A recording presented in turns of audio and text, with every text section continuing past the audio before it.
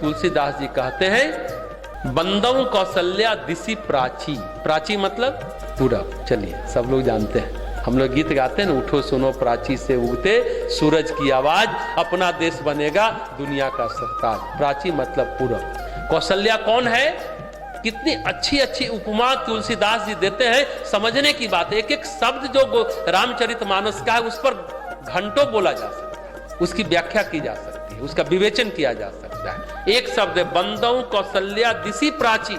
मैं उस कौशल्या की वंदना करता हूं जो पूरब दिशा जैसी। किसी भी काम में अरे पूरब मुंह का घर बनाओ, पूरब दिशा का घर बनाओ, शुभ होता है, अच्छा शुभ मंगलदायी होता है। पूर्व दिशा जीवन के लिए, धरती के लिए प्रकाश का स्रोत होता है। पूर्व दिशा में सूर्य का उदय होता है। पूर्व दिशा हमारे जीवन में प्रभात लाती है। पूर्व दिशा सभी के जीवन में, पशु पक्षी वृक्ष वनस्पति जितने लोग हैं सबके जीवन में प्रभात लाती है, उत्साह लाती है। तो कौशल्या हम सबके जीवन का प्रभात है। इस तरह से गोस्वामी जी कहना चाह रहे हैं। कौशल्या के गर्भ से जो सूर्योदय होता है, भगवान श्री राम के रूप में जो सूर्योदय होता है, उसमें वो अपनों के साथ सारे लोगों के पाप ताप को नष्ट करने वाले होते हैं। हम जो अयोध्यावासी होंगे सबका पाप ताप नष्ट हुआ तो कौशल्या पूर्व दिशा ही कहलाएंगे। प्रभात आया सबके जीवन में, जब सबके पाप ताप को नष्ट किया, यानी जीवन का नया आयाम में सबका प्रवेश हुआ। इसलिए मैं उनकी वंदना करता हूं जिनकी कीर्ति समस्त संसार में व्याप्त हो रही है। पूर्व दिशा में फैलता है उजाला। वह एक स्थान के लिए ऐसा नहीं कि वो सिर्फ भारत में उजाला होता है, पूरे संसार के लिए उजाला होता है। सूर्योदय चाहे भारत में हो, अमेरिका में हो, यूरोप में हो, ऑस्ट्रेलिया में हो, लंदन में हो, सूर्योदय पूर्व से ही सभी जगह होता है। ऐसा नहीं कि अमेरिका में पश्चिम से सूर्योदय होता है। पूर्व दिशा प्रकाश का, उजाले का, प्राण का, जीवन का स्रोत है। कौशल्या भी ऐसी है। कौशल्या शब्द अपने आप में कह सकते हैं प्राण का स्रोत है, जीवन का स्रोत है। कौशल्या ये नाम आपने सुना। जीवन में कुशलता जब आती है ना तभी कौशल्या नाम होता है। सभी भगवान राम के गर्भ को नहीं धारण कर सकता, कोई ऐसी सामान्य स्त्री नहीं धारण कर सकती जो कुशल है। कौशल्या भी जीवन के लिए, धरती के लिए जीवन का स्रोत है। अब तो कहते हैं ना कि नॉलेज बेस्ड एग्जाम की जगह अब क्या हो रहा है, स्किल बेस्ड एग्जाम। ज्ञान की आवश्यकता तो है, ज्ञान आधारित परीक्षा हो रही है, लेकिन अब आप कितने ज्ञान में का अनुभव प्राप्त करके कितने कुशल हैं। अब ये नया ट्रेंड है, खाली आपसे वो नहीं पूछा जाएगा आप कितने कुशल हैं। स्किल बेस्ड एग्जाम हो रहा है। आज के युवाओं को ये समझना चाहिए। उस समय कुशलता प्राप्त थी किसको? कौशल्या।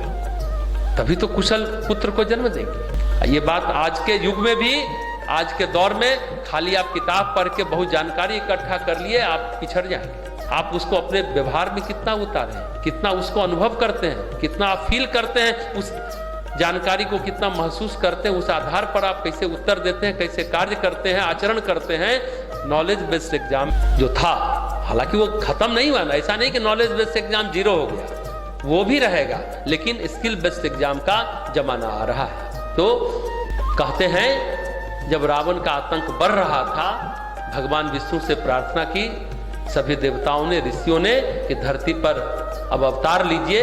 तो उन्होंने स्मरण दिलाया कि कश्यप अदिति ने जो तपस्या की थी उनको मैंने वर दिया था कि मैं तुम्हारे यहाँ पुत्र के रूप में जन्म लूंगा।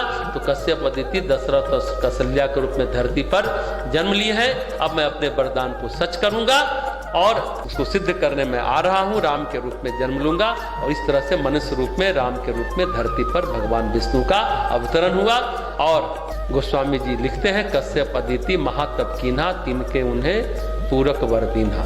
अब एक प्रसंग रामचरितमानस में यह भी है, जैसा हमने बताया मनु शत्रुपा वाला, कि मनु शत्रुपा है या क्या है। तो हमने कहा रामायण 7 कोटि अपारा, 100 करोड़ रामायण है। किस रामायण की बात करें, किसमें मनीष शत्रुपा है या पुनर्जन्म है कश्यप पद्धति का। अब कौशल्या कुशलता जिसके है, दशरथ, 10 रथों के दशरथ ही नाम क्यों है? ये रथ क्या है? शरीर कहते हैं? नहीं, 5 ज्ञानेंद्रियां, 5 कर्मेंद्रियां, जिनका नियंत्रण जिसके पास है वही दशरथ है। 10 इंद्रियों के जो स्वामी हैं वो दशरथ, जो 10 इंद्रियों को साध लेता है वो है दशरथ। जो कुशल हो वही राम को जन्म दे सकता है, जो 10 इंद्रियों को साध लेता है वही राम का कारण बन सकता है जन्म का। रथ शरीर है और उस शरीर की कर्मेंद्रिय और ज्ञानेंद्रियां हैं, उस शरीर और इंद्रियों पर संयम करने वाला दशरथ है। तो हालांकि इस पे भी कुछ लोग विवाद करते हैं। दशरथ की उम्र से बहुत छोटी उम्र की कैकेयी थी, लेकिन कैकेयी सुंदर थी तो उस पर मोहित हो गया और शादी कर ली। तो कैसा संयम, कैसा इंद्रियों को साधा। देखिए, तर्क तथ्य प्रमाण की दुनिया है ना, ऐसे तो कोई किसी चीज पर विश्वास नहीं करता। तर्क तो करता है, आलोचना लोग करते ही है, राम की करते हैं, दशरथ की भी करते हैं। ये बात सही है कि कैकेयी की सुंदरता से मोहित होकर के राजा दशरथ ने कैकेयी से शादी की है, ये बात भी सही है। अब यहाँ पर ये दशरथ का शाब्दिक व्याख्या है। कई लोग कहते हैं इस बात को कि आप दशरथ की जो व्याख्या करते हैं शाब्दिक व्याख्या है।